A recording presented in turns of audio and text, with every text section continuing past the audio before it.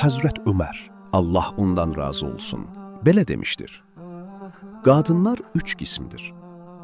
Birincisi, mülayim, yumşaq xasiyyətli, iffətli, müsəlman, ərinə və ailəsinə sevgi dolu olan və çox uşaqlı, doğub törəyən qadındır. O, çətinliklərə qarşı ailəsinə kömək edər. Çətinliklərin, bəlanın ailəsini yıxmasına isə ravac verməz. Belə bir qadına rast gəlmək çox nadir haldır. İkincisi, iffətli və müsəlman qadındır ki, o sadəcə uşaq dünyaya gətirən bir varlıqdır. Bundan başqa ailəyə və ərinə dəstək olacaq bir xüsusiyyəti yoxdur. Üçüncüsü, ərin boynuna dolanmış bitli, nifrət dolu bir buxovdur, əsarətdir.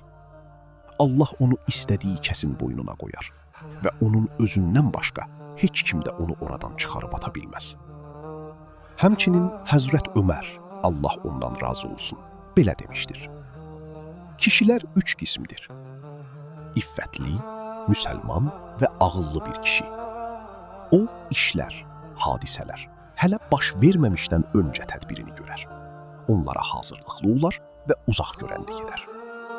Bir çətinlik baş verdikdə isə öz ağlı və rəyi sayəsində ondan çıxış yolu tapar. İffətli və müsəlman bir kişi ki, onun öz təcrübəsi yoxdur. Bir iş, çətinlik baş verdikdə dərhal ağıl və məşvərət sahibinin yanına gedər.